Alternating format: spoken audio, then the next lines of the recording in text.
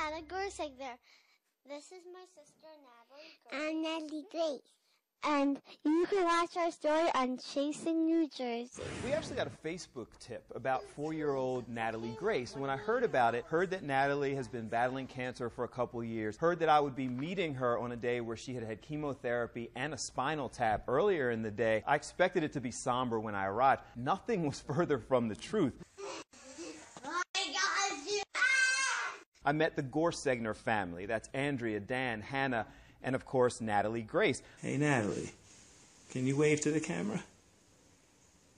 I was greeted with hugs and handshakes and saw the energy that inspired them to take this potential tragedy and turn it into the opportunity to raise money and awareness for cancer. I saw something on Facebook where 2 little girls were holding a sign and it said, if we get 1 million likes, our dad's going to buy us a puppy. And I couldn't get over how many likes it had, how many times it had been shared. So I was like, well, what if we hold up a poster and say, will you send us $1? People responded to their Send Us a Dollar campaign. Celebrating Natalie's 4th birthday, they raised almost $100,000 in just a few months for cancer research. But this year, they continued that plan. They wanted to raise $150,000. Took a little bit of a disgusting turn. As they went on vacation, they broke their own rule and posted up on social media that they were away, and their house was broken into. They stole their personal information, birth certificates, as well as Andrea's engagement ring. The police suspect that someone was watching their Facebook page, saw what was going on, and then broke into their house. Really heartbreaking to think that there are people out there who, one, would think we have that kind of money in our house, but to want to steal from childhood cancer.